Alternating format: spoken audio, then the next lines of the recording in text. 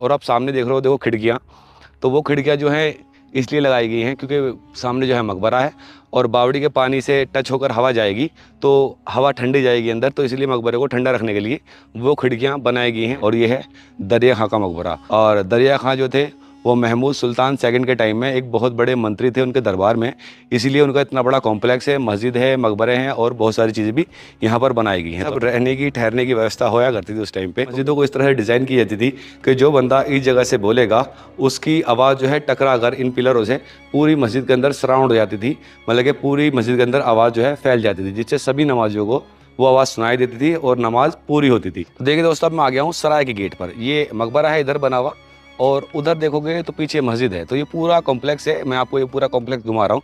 तो अभी हम आ गए हैं सराय में। ये है सराय, और सराय का मतलब ये होता था कि जब पुराने टाइम में होटल वगैरह तो होते नहीं थे, तो जब बाहर से लोग आते थे मिलने वाले या सूफी संत या कोई भी रियासत के अंदर आदमी आता था तो उनको सरायों के अंदर ठहराया जाता था। और राजाओं के टाइम में सराय के अंदर जो थी पूरी व्यवस्था होती थी हर चीज़ की, खाने वगैरह की, रहने की, हर चीज़ की एक व्यवस्था होती थी। तो देखिए सराय का एंट्री गेट है, हम सराय के अंदर एंट्री कर रहे हैं। और जैसे हम एंट्री करेंगे तो देखो सामने हमें एक ये आर्किटेक्चर जो है टूटा मिलेगा।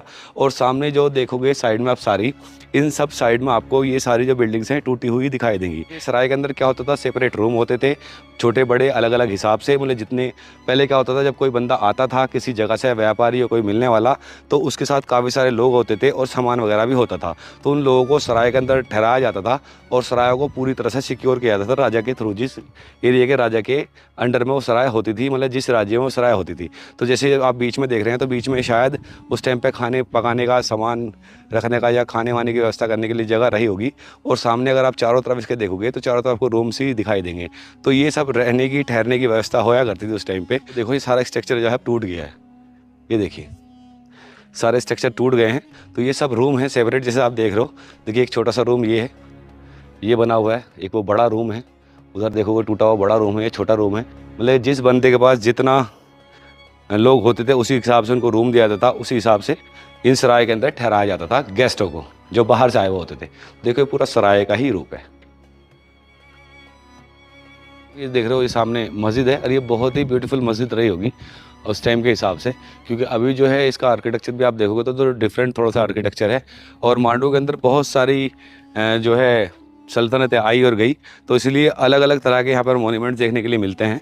तो हम चलते हैं, देखिए मस्जिद के अंदर अंत से दिखाता हूँ कि इस मस्जिद का सही रूप उस टाइम पे क्या रहा होगा।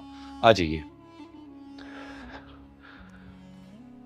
तो देखिए काफ़ी बड़ी मस्जिद है, और अंदर आने के बाद अगर आप देखोगे तो अंदर आने के बाद देखिए ये इमाम साहब वाली जगह है जहाँ पर नमाज़ पढ़ाई जाती थी, ये मेन सेंटर पॉइंट है।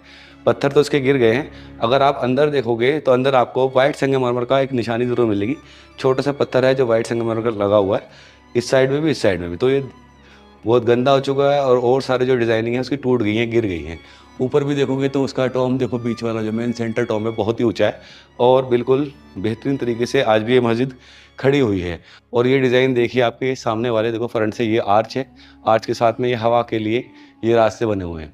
और यहाँ पे मेरी थोड़ी सी आवाज़ देखिए इको हो रही है, क्योंकि यहाँ पर नमाज होती होगी तो उस टाइम पे स्पीकर नहीं थे, लाइट नहीं थी। मस्जिदों को इस तरह से डिज़ाइन की जाती थी कि जो बंदा इस जगह से बोलेगा उसकी आवाज़ जो है टकरा कर इन पिलरों से पूरी मस्जिद के अंदर सराउंड हो जाती थी, मतलब कि पूरी मस्जिद के अंदर आवाज़ जो है फैल जाती थी, जिससे सभी नमाजियों को वो आवाज़ सुनाई देती थी और नमाज पूरी होती थी। तो अभी हम चलते हैं देखिए दूसरी तरफ। ये देखिए जो है अंदर है दरिया खां का मकबरा।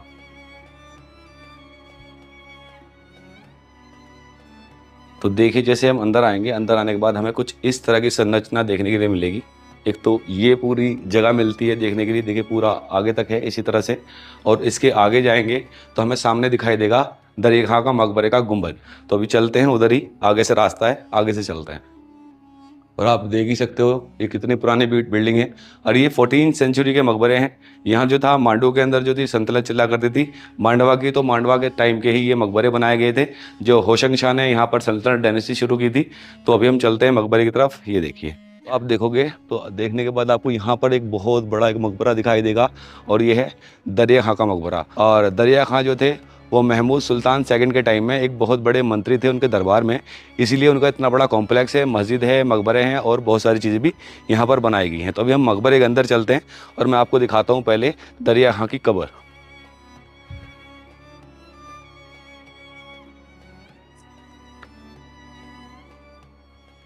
तो देखिए दोस्तों, जैसे ही आप इसके अंदर आओगे तो अंदर आने के बाद आपको यहाँ पर 3 कबर दिखाई देंगी, एक ये और एक ये। तो बताया जाता है इसमें जो दरिया खां की जो कबर है वो ये वाली है। और ऊपर देखोगे इसके टॉम को, तो आप टॉम देखिए कितना ऊंचा है टॉम है, और इसको अलग अलग कलर से सजाया गया था।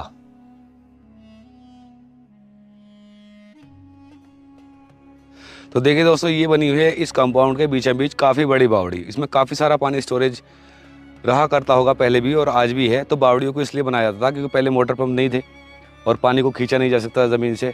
तो बारिश का जो पानी होता था उसे इकट्ठा किया जाता था, इकट्ठा करने के बाद बावड़ियों के अंदर, और उसको फिर पानी को यूज़ किया जाता था। लेकिन इस बावड़ी को देखो आप, बीच में ये बनी हुई है, उधर कॉम्प्लेक्स बना हुआ है मकबरे का, इधर बनी हुई है मस्जिद, उधर एक मकबरा बना हुआ है, और इधर बनी हुई है मेरे पीछे इस साइड में जो मैंने आपको दिखाई सराय।